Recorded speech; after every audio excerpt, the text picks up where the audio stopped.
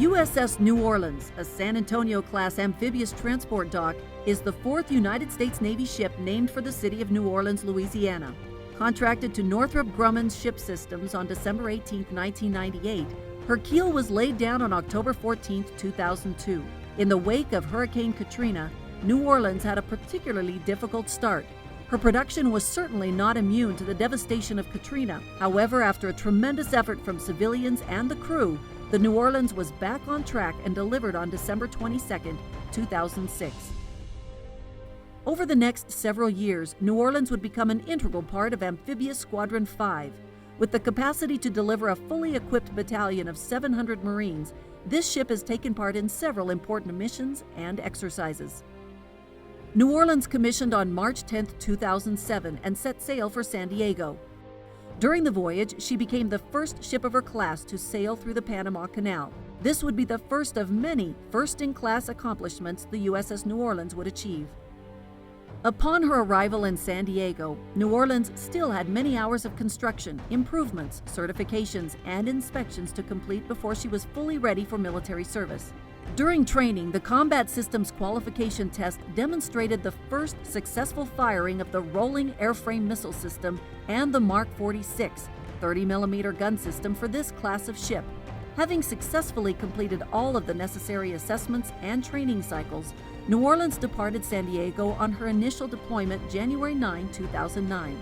The Boxer Strike Group was comprised of the USS New Orleans and 4 other ships, which together carried over 4,000 Marines from the 13th Marine Expeditionary Unit. The strike group served as theater reserve in the Western Pacific and Persian Gulf for over 7 months. During 2010, New Orleans proved herself capable in every way. She became the first LPD-17 class ship to use the onboard trainer for MOBI certification.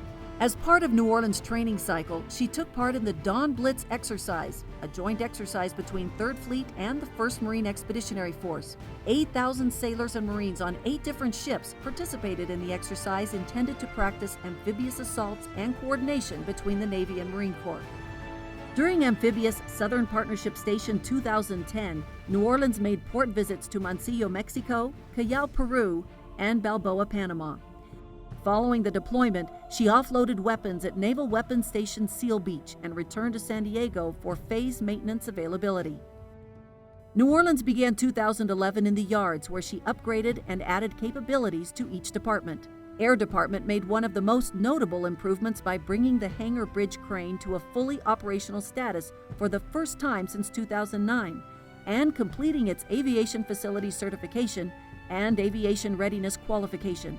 As a result, the Air Department was able to qualify 52 pilots with 2,136 launches and recoveries in 2011.